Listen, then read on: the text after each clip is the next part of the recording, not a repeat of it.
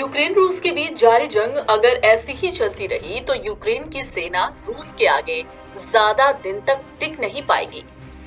इसकी बड़ी सीधी वजह है, वो ये है कि रूस की सेना बहुत बड़ी है, या यूं कह लें कि यूक्रेन की सेना के सामने विशालकाय है। रूस के पास 6000 से ज्यादा की संख्या का परमाणु हथियारों का जखीरा है। हालांकि एक वक्त ऐसा भी था जब यूक्रेन के पास भी अच्छी खासी संख्या में परमाणु हथियार हुआ करते थे, लेकिन अब वो परमाणु हथियार कहाँ हैं? तो चलिए आज आपको बताते हैं कि आखिर क्यों और कैसे यूक्रेन ने अपने परमाणु हथियार सरेंडर कर दिए।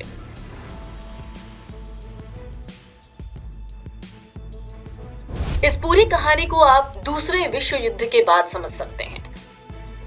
दरअसल दूसरे विश्व युद्ध के खत्म होते ही अमेरिका और सोवियत संघ के बीच शीत युद्ध की शुरुआत हो गई थी।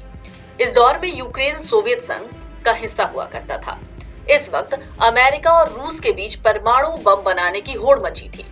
जब दोनों देशों के रिश्तों में खटास बढ़ी तो अमेरिका और नाटो सहयोगी देशों के खिलाफ रूस ने यूक्रेन में हजारों की संख्या में परमाणु हथियारों की तैनाती कर दी थी।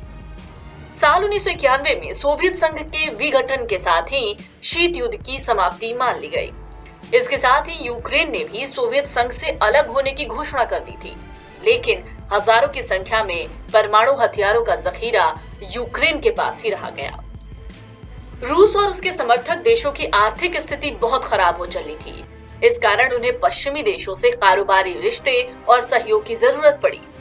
यहीं से यूक्रेन के परमाणु हथियारों को त्यागने की कहानी की शुरुआत हो गई। दावा किया जाता है कि सोवियत संघ के विघटन के बाद यूक्रेन में परमाणु बमों की संख्या 1800 से लेकर 2000 के करीब थी।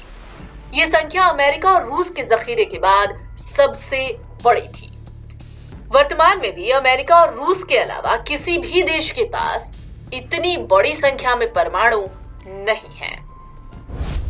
इस कहानी में एक लिंक और है, वो है 5 दिसंबर 1994 का, यानी बुडापेस्ट मेमोरेंडम का।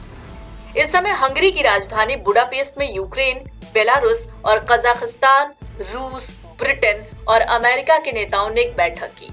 इस मीटिंग में एक समझौते पर हस्ताक्षर हुआ, जिसके बाद यूक्रेन, बेलारूस और कजाकिस्तान को उनकी स्वतंत्रता, संप्रभुता और मौजूदा सीमाओं के सम्मान का आश्वासन दिया गया।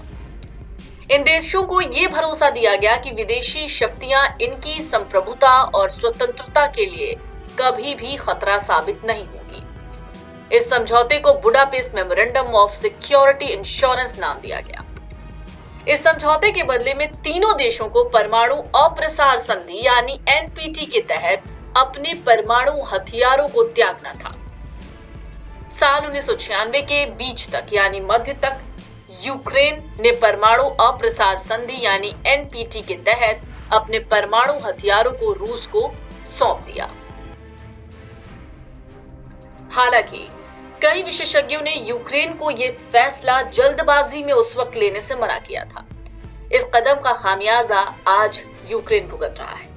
परमाणु हथियारों को त्यागने का खामियाजा यूक्रेन को सबसे पहले साल 2014 में भुगतना पड़ा, जब रूस ने यूक्रेन के क्रीमिया क्षेत्र पर सेना भेजा और कब्जा कर लिया। और अब ये दूसरा मौका है जब परमाणु हथियारों को त्यागने का खामियाजा यूक्रेन एक बार फिर से भुगत रहा है। एनबीटी ऑनलाइन की रिपोर्ट।